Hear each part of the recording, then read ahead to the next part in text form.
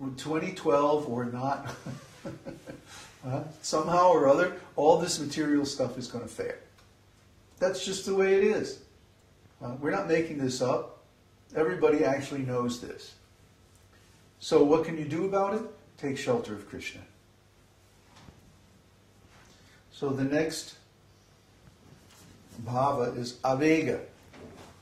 Āvega means agitation, excitement, tremendous outburst of emotion, and bewilderment of the heart is called āvega.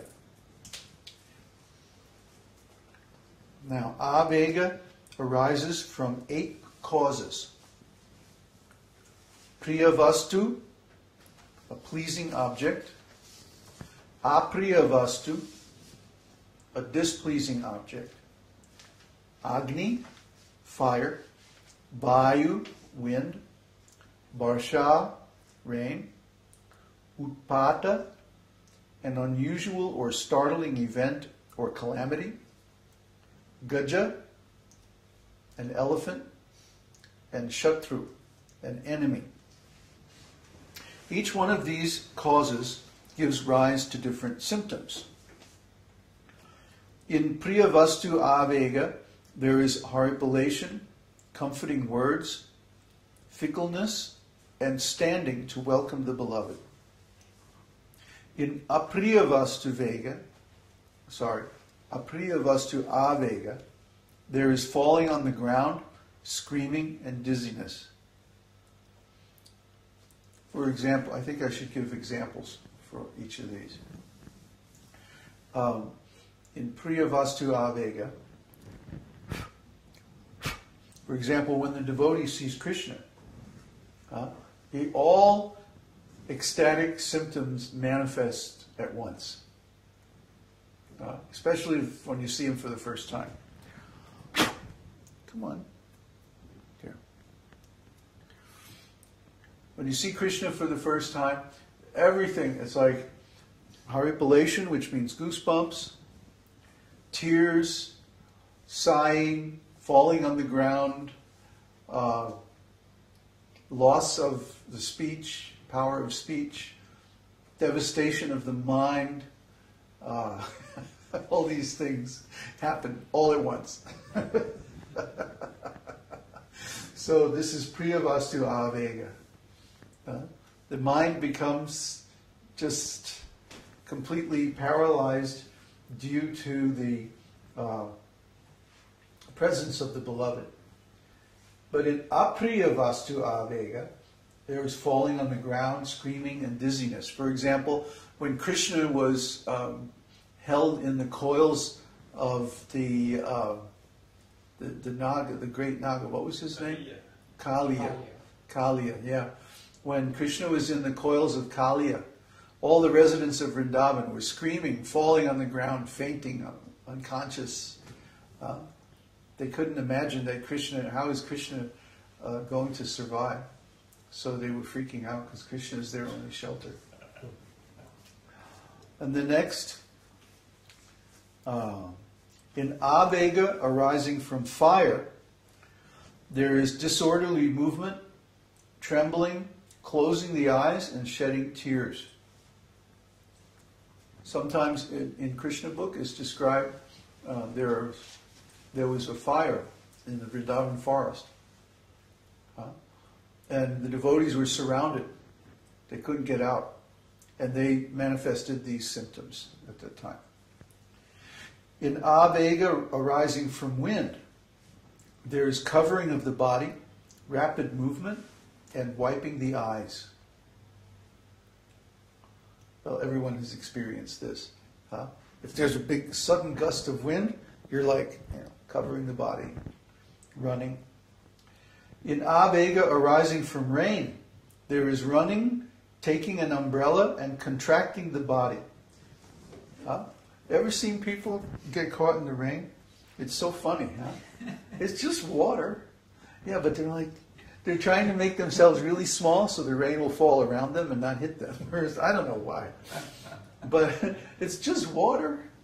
Huh? You take a shower every morning in the same stuff. Why should you be afraid of a little water falling out of the sky? It's always... Because it's acid in Mexico City. Oh, well, in Mexico City I can see it. Burns you. But if you're in a nice place, then it's just beautiful. There's water coming from the sky. Remember that Beatles song, When the Rain Comes, they slip into the shade. No, that's when the sun comes. But anyway, people are afraid of rain. Huh? Why? I don't know. I don't get it. I think it's our clothes. Huh? No one clothes wet. Oh. My clothes.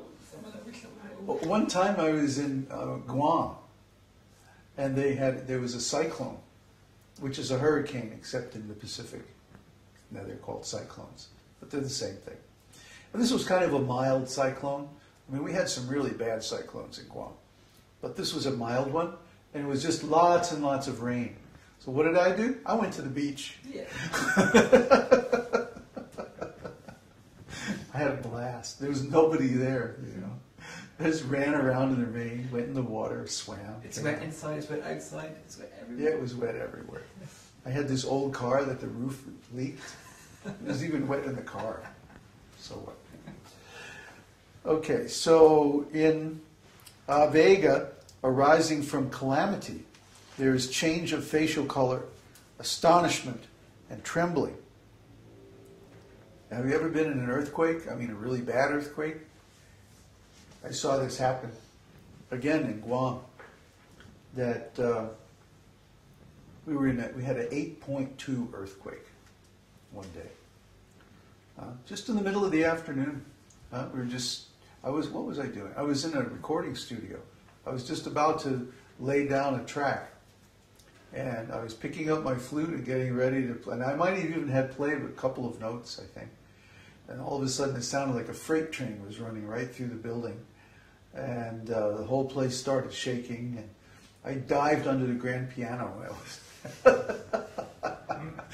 figured that was, if anything fell, you know, that's the strongest thing in the room, the grand piano. But that's how people react to a calamity. When all of a sudden everything goes wrong, yeah, they freak out. In āvega, arising from an elephant, there is running, trembling, fear, and repeatedly looking behind oneself.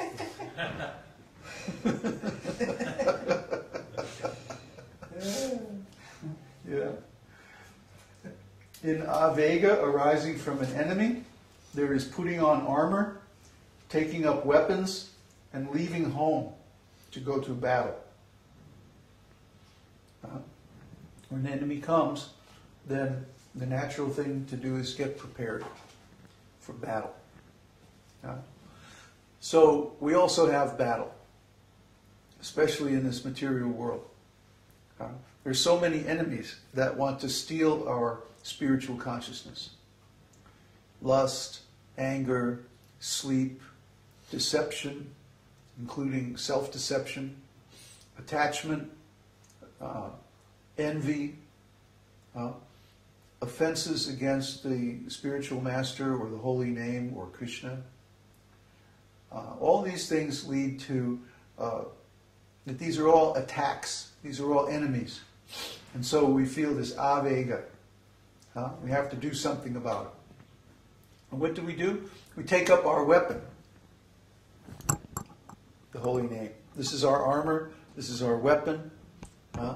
And we also prepare ourselves that we don't want to let this in. We don't want to let in this influence of material life. Material life is very deluding to the soul, because it says, oh, you're not a spirit soul.